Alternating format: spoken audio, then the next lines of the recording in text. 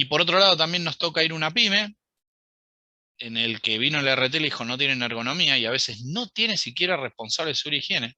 Sí.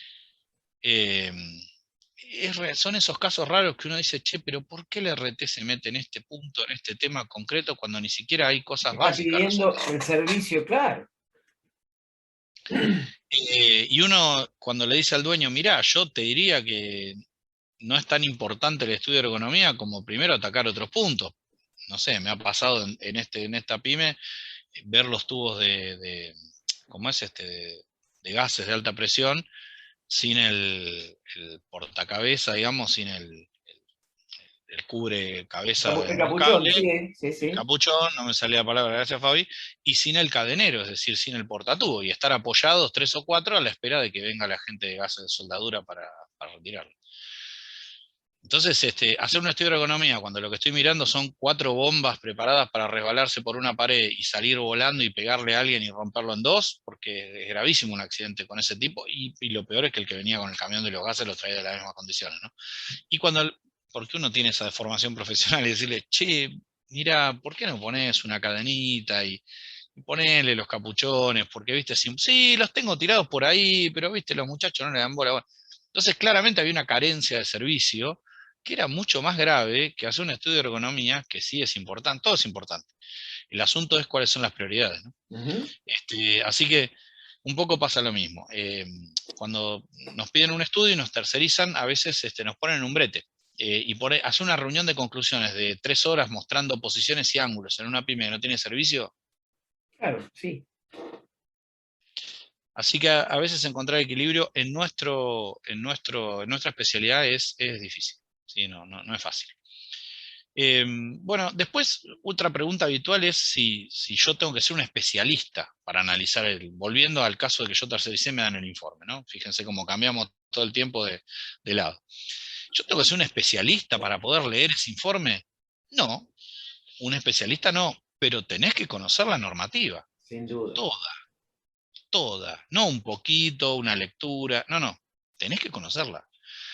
Eh, por supuesto, y seguramente nos pasa a nosotros, Fabián, y le va a pasar a todos los que escuchen esto, uno lee por primera vez una normativa y dice, uy, bueno, la segunda, mira, la tercera, mira este detalle, la cuarta, la quinta, la décima, la B100. Y cuando empezás a leer con el resaltador en la mano, Claro, exactamente. Entonces, eh, conocer una normativa no significa leerla una vez, significa hacer el trabajo serio de lectocomprensión, de interpretación, de discusión con otros colegas. ¿Cuántas veces nos ha pasado, inclusive Fabián, sentarnos a decir, che, y esto y lo otro, y cómo lo ves vos y cómo lo ve el otro? Participar en grupos donde esto se discute, y ustedes me dirán, ¿cómo la normativa está escrita? Es fría y taxativa. no. Ojalá fuera fría y taxativa.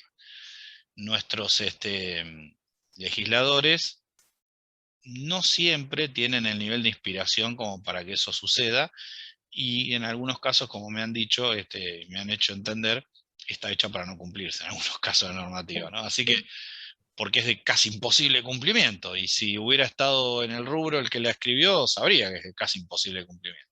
Entonces, hay que conocer la Y normativa. muchas veces tampoco puede serla, porque el mismo problema requiere Sí. de dejar márgenes o cuestiones interrelacionadas. Sí, sí, requiere de un estudio.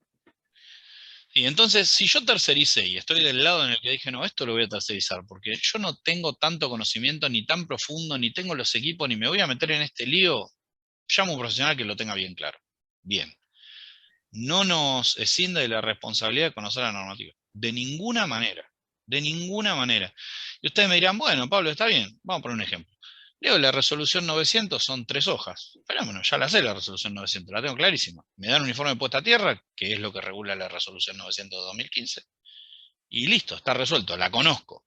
No, porque la resolución 900 de 2015, para los aspectos técnicos, nos manda a Remite. la Asociación Electrotécnica Argentina, claro, nos remite a la EA, a la 9364, de decenas de tomos, de miles de páginas, y de conceptos técnicos fuertes y complicados, que requiere mucho tiempo de estudio. Y ustedes me dirán, para.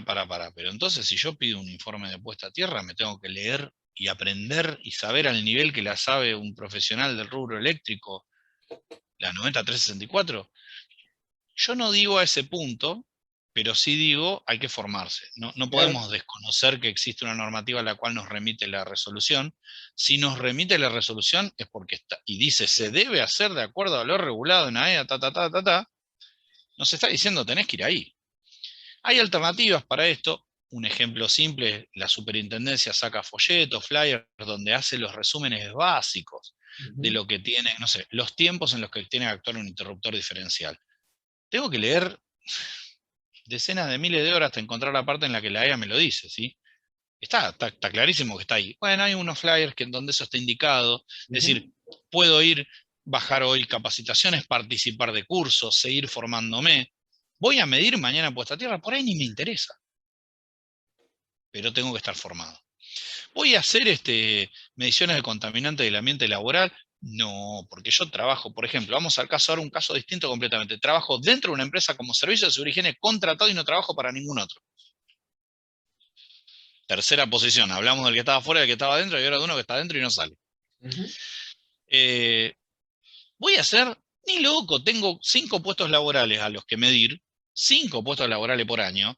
No me voy a meter en ese lío, ni loco, ni voy a comprar el equipo porque la empresa lo paga, olvídate. Lo hago, lo tercerizo. Bueno, me cinde eso de conocer la normativa, de los límites, pero no, yo tengo que conocerlo, no me queda otra, ¿sí? Es decir, voy a tener que conocer la 295 y sí, están los límites. Voy a tener que irme al libro de Albiano. Sí, también. Voy a tener que ir a consultar todas las fichas de seguridad de los... Sí, también, Sí, claro, es claro. parte de lo que tiene que hacer el servicio. Y voy a tener que ir a consultar, por ejemplo, normativa internacional para los compuestos que no tengo mencionado en la normativa local. Y sí. ¿Y eso me va a llevar tiempo? Y sí. Pero, otra vez, si yo tengo que mañana, eh, en una gestión de riesgo, explicar, pongámoslo en tu juzgado, pero en realidad explicarla a cualquier colega que venga, explicarle a un inspector, explicarla a un preventor del RT. Un ¿Por qué perito. motivo? Claro, un perito. Decir, ¿por qué motivo este muchacho está expuesto? ¿Por qué motivo no está expuesto? Tengo que tener las herramientas. Y la gestión de riesgo me obliga a eso. Entonces, lo interesante de la gestión de riesgo, y yo, estamos hablando de tercerización, pero creo que dije gestión de riesgo más veces que tercerización, nos lleva a ser mejores profesionales también en seguridad y higiene, porque nos obliga a dar explicaciones que muy probablemente si no le hiciéramos, bueno, quedarían dentro del misterio de la profesión y dentro de, Ujú. no sabe lo que sabe ese muchacho. Bueno, no, en la gestión de riesgo hay que escribirlo. Y eso nos ayuda porque nos previene para futuros problemas que tengamos cuando tengamos que explicar por qué tomé la decisión que tomé. Entonces, de alguna manera, nuestro trabajo es prevenir y la gestión de riesgo de alguna manera también previene, nos hace estar más tranquilos cuando apoyamos la cabeza en la almohada porque nuestros criterios quedaron plasmados, quedaron volcados, se explican, tienen una pata técnica bien confirmada, conozco la normativa y sé que esa pata está bien firme, conozco al que hizo la medición, conozco al que hizo la determinación, tengo un entorno bastante controlado. Riesgos son riesgos. ¿Algo puede salir mal? Claro que sí. Por ¿Se supuesto. entiende, no? O sea, Uno lo mi acota. gestión, sí, mi gestión de riesgo va a decir cuál es el riesgo residual. Moderado, tolerable. Che, pero que vos me dijiste que era tolerable, ahora tiene cáncer. Bueno, Sí, a bueno, ver, sí, claro. veamos. Fue algo que no tuvo que ver, el tipo resulta ser que hacía changa los sábados curtiendo cuero, fue porque efectivamente yo tenía vapores que bueno, contame qué pasó, pero yo ya tengo una gestión, tengo una determinación y tengo que ver por qué. Y les voy a contar un caso concreto. Hice un estudio de economía en donde aparece un muchacho con un caso muy serio de codo de tenista. El trabajo de este muchacho era calibrar equipos, productos médicos. eh, Codo de tenista, fuerza más repetición en general, digamos, tiene esa característica, ese tipo de lesión. En el trabajo él eso No era. no era. Lo estudié un montón, repasé todos los videos, repasé todas las fotos, porque dije, se me escapó. Lo primero que uno piensa es, qué ¿Qué, dolor me qué agarra, parte me equivoqué yo profesionalmente, qué hice, cómo puede ser, que se me escapó. No le parte dediqué el no? suficiente tiempo, no leí lo suficiente, no, viste, siempre el látigo para lo que nos gusta la parte técnica está a mano.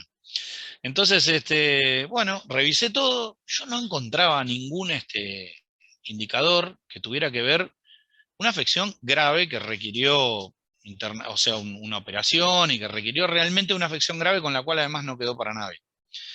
Un caso muy extremo, ¿sí? Entonces el dueño de la gerente primero y después el dueño de la empresa me dicen, Pablo, ¿vos estás seguro? Porque esto se viene, va a juicio, ya te lo digo. Sí, estoy seguro. Es ese momento donde uno... eh,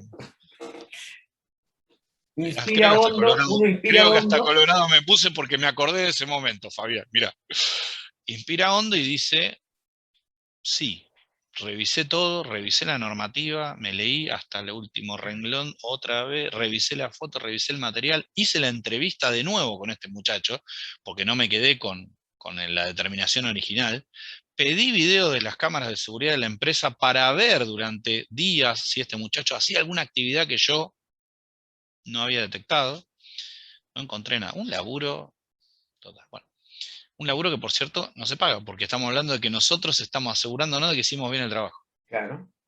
Porque en este caso no subcontraté, lo hice yo dentro de la misma empresa en la cual de alguna manera prestó el servicio. Es más complejo que eso, pero no importa. Bueno, entonces, bueno, finalmente no termina en juicio. Este muchacho, después de la primera intervención, empiezan a investigarlo. Resulta que este chico tenía una enfermedad gravísima que no tenía que ver con la empresa, una enfermedad gravísima. Es muy complejo el nombre, es pirocondritis, no me acuerdo el nombre exactamente, que afecta a las articulaciones en general. Hoy está con un tratamiento tremendo, de un costo, pero absoluta, una casa por mes sale el tratamiento que el Estado lo está financiando. Es decir, por supuesto que no me dio ninguna alegría cuando me enteré, porque además es un compañero de trabajo al que yo quería mucho. Quiero, digo quería porque se fue de la empresa, pero se fue porque él no sentía que no podía trabajar, una cosa que apena por donde uno quiera verla, porque él decidió irse de la empresa, con esa enfermedad y con todo el problema que él tenía. Así que es un caso dramático que aprovecho para compartirlo con ustedes porque me tocó muy de cerca, ¿no? Em, y la verdad que como me tocaba tan de cerca, la determinación de esta ergonomía la hice con una seriedad y como uno lo hace siempre, pero con la carga emocional que tiene cuando Ujú. uno aprecia a otro y está tratando de entender el motivo. La verdad entonces es que no tenía que ver con su puesto, no tenía que ver con la tarea que hacía, no tenía que ver con el peso que levantaba, ni con las repeticiones, ni con nada. Pero el Pero susto tuviste no que te lo leer, saca nadie. pero tuviste que leer, claro. Y tuviste que leer bueno, esto enlaza un poco con algún comentario que hacíamos también en la entrevista con el colega que habló sobre las ART, de la importancia que tiene no quedarse con el título de licenciado en Higiene y Seguridad que uno necesita, debe, porque es parte también de la responsabilidad profesional, formarse permanentemente, actualizarse permanentemente, especializar Sí, incluso eventualmente. es una obligación, es una obligación. Es decir, y siempre volvemos al ejemplo de medicina que es interesante, ¿no? Es como ir al médico y decirle, che, mira, tengo tos, tengo fiebre, perdí el gusto, tengo cefaleas, vómitos, diarrea. Y el médico te mira y te dice, no tengo la menor idea de lo que tenés. No entiendo, ¿cómo no tenés? Si yo leo en los diarios que eso son todos síntomas atribuibles a este virus SARS-CoV-2. No, pero yo no me seguí formando. Yo me recibí y no existía el Yo SARS-CoV-2 me en el recibí momento. hace 5 años. Claro, no sé de qué me hablas. No, yo soy médico, ¿eh? Ojo. Bueno, es un ejemplo equivalente, burdo quizás, pero nosotros ni siquiera consideramos la posibilidad que nos diga es un médico, porque consideramos que él se siguió formando para darnos el mejor tratamiento posible. Sí, Eso nos aplica a todas las de profesiones. lleno absolutamente. Todo el que decidió ser profesional sabe que está obligado a estudiar y a mejorar de forma permanente, digamos, ¿no? O está condenado a ser un problema, porque nosotros hacemos un trabajo de prevención y donde se nos escapa algo, la vida de los demás puede ir en juego.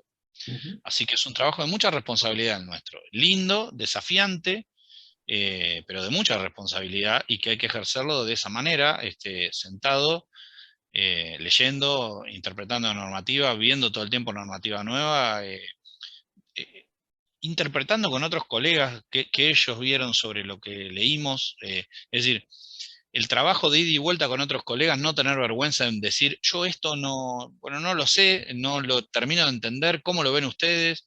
¿Quién puede aportar algo? Porque dentro de seguridad y higiene ustedes se van a encontrar con licenciados en seguridad y higiene, como bien plantea Fabián, se van a encontrar con otros profesionales que se formaron en seguridad y higiene, y eso también es muy interesante porque quizás la visión que tenga un ingeniero electromecánico que se ha especializado en seguridad y higiene respecto de un accidente en un pozo de petróleo con un equipo petrolero sea distinta a la que tenga un licenciado en química o sea distinta a la que tenga un arquitecto formado en seguridad y higiene. Entonces, todos tienen incumbencia, quizás sí, quizás no, después lo podemos discutir todo eso, pero lo que digo es, seguridad y higiene tiene algo importante, que es que hay muchas profesiones que convergen y Claro. que siempre está bárbaro tener un montón de colegas que vengan de esas experiencias de base para poder nutrirnos con su experiencia y sumarnos y aportarnos, ¿no? Y poder ver las cosas de forma multidisciplinaria.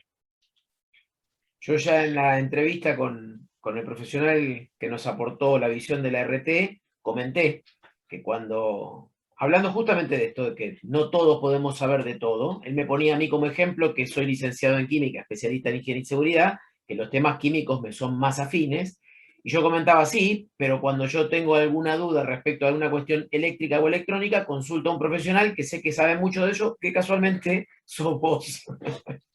Que soy ingeniero químico, pero No, pero que la vida nos manejás. lleva a eso, formarnos, ¿sí? A Bueno, pero sí, formarnos adicionalmente, es así. Es decir, está muy bien los temas de electricidad y de electrónica.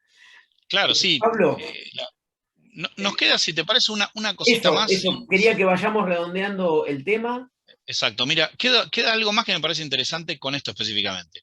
Eh, Ha pasado de empresas muy grandes que han contratado empresas muy grandes para hacer determinaciones, ¿sí? Por ejemplo, puesta a tierra, recibieron el informe encarpetado, listo, ya lo tengo cumplido, tildaron en su panel de control, tildaron, ya está, puesta a tierra, ya está. Y cuando vinieron a las inspecciones se encontraron, por ejemplo, que el informe no respondía a lo que pedía la normativa. Por ejemplo, no se había usado el formato de formulario que pedía la resolución, ¿sí? Se había hecho por profesionales con muchísimo conocimiento, se había hecho con equipos de primerísima línea internacional costosísimo, y esa empresa terminó clausurada. Eso fue debido a dos cosas: a que ninguno de los dos profesionales intervinientes, ni el que tenía el servicio, ni el que realizó la medición, leyeron la normativa y se siguieron formando. La Dos resolución excelentes 900 se la profesionales, pasaron, claro. Dos excelentes profesionales, los dos. Esto fue cuando recién arrancaba, y pongo este ejemplo, hacía poco que arrancaba, ¿sí?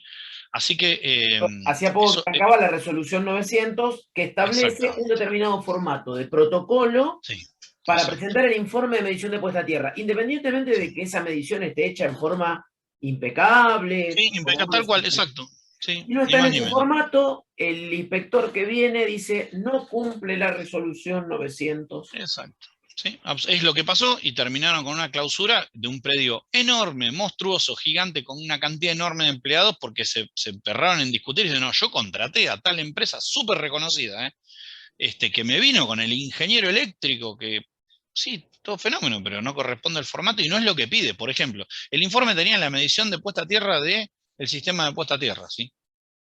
Continuidad de las masas, te lo debo. Ah, bueno, Ensayo de es un interruptores clásico. diferenciales, Sí, te ese es lo un debo. clásico.